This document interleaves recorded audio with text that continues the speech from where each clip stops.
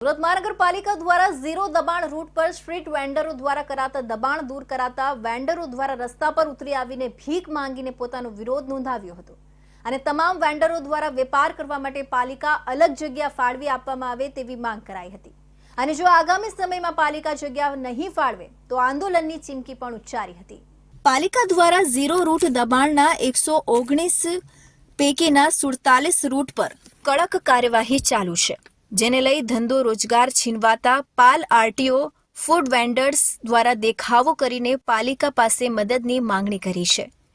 પાલ વિસ્તારના street vendors દ્વારા રસ્તા પર ઉતરીને ભીખ માંગીને પોતાનો વિરોધ દર્શાવ્યો હતો, સાથે કહ્યું હતું કે 1 મહિનાથી ધંધો બંધ કરાવી દેતા ગુજરાન ચલાવવું મુશ્કેલ બન્યું છે અને હવે એટલે ભીખ માંગવાનો વારો આવશે ત્યારે આ તમામ વેન્ડર્સ દ્વારા આ રીતે અનોખો વિરોધ કરીને પોતાની માંગ રજૂ કરીને કહ્યું હતું કે છેલ્લા 1 મહિનાથી ધંધો બંધ છે, લારી મૂકવા ન દેતા ધંધો રોજગાર ન થવાથી તેઓ આર્થિક કટોકટીનો સામનો કરી રહ્યા છે।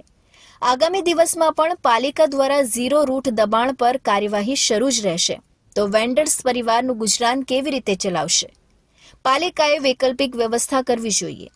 પાલિકાએ સ્ટ્રીટ વેન્ડર્સ પોલિસીનો અમલ કરી હોકિંગ ઝોન ઊભા કરવા જોઈએ, લારીઓ મૂકવા પરવાનગી આપવી જોઈએ। અમે પીપલોદ ડુમ્મસ રોડ ઉપર આજે 15 થી 17 વર્ષથી અમે પાલ આરટીઓ પર વિરોધમાં ઊભા છીએ અને અમારી સમસ્યા એક જ છે કે જે કોર્પોરેશનમાંથી જે શાલિનીબેન અગ્રવાલે જે ઝુંબેશ ચલાવ્યું છે અને અમારા લારી ગલ્લાઓ બંધ કરાવ્યા છે એ માટે અમે અહીંયા ઊભા છીએ। બસ અમે હવે શાલિનીબેન અમારી કોઈ સહાય નહીં કરે તો પછી અમે આ ભીખ માંગીશું અને અમારું ગુજરાન ચલાવીશું। જો સાહેબ, હું તો ખુદ પોતે ગૃહિણી છું, આ બેન ગૃહિણી છે, આ બેન ગૃહિણી છે, એમના છોકરા ભણે છે, એમના છોકરા ભણે છે। જે છોકરાઓની કોલેજની ફી ભરવાની હોય, જો અમારા છોકરાઓ જો ઘરમાં બેસી જશે તો અમે છોકરાઓને ભણાવશું કેવી રીતના? જેવી રીતના અમે ઘરમાં બેસી ગયા છીએ। અમે તો 2 હાથ જોડીને બેનને નમ્ર અપીલ કરીએ છીએ કે અમને રોજી જ્યાં સુધી તમે વૈકલ્પિક જગ્યા બહેનોને નહીં ફાળવી આપો ત્યાં સુધી અમને ધંધો કરવા દો। જે દિવસે તમે અમને ફાળવી આપશો જગ્યા, અમે સ્વૈચ્છિક રીતે અમે હટી જશું। વેન્ડર્સ દ્વારા તાકીદે આ મુદ્દે ઉકેલ લાવવા માંગ કરી હતી અને કાર્યવાહી શરૂ જ રહેશે તો વેન્ડર્સ પરિવારનું ગુજરાન કેવી રીતે ચલાવશે?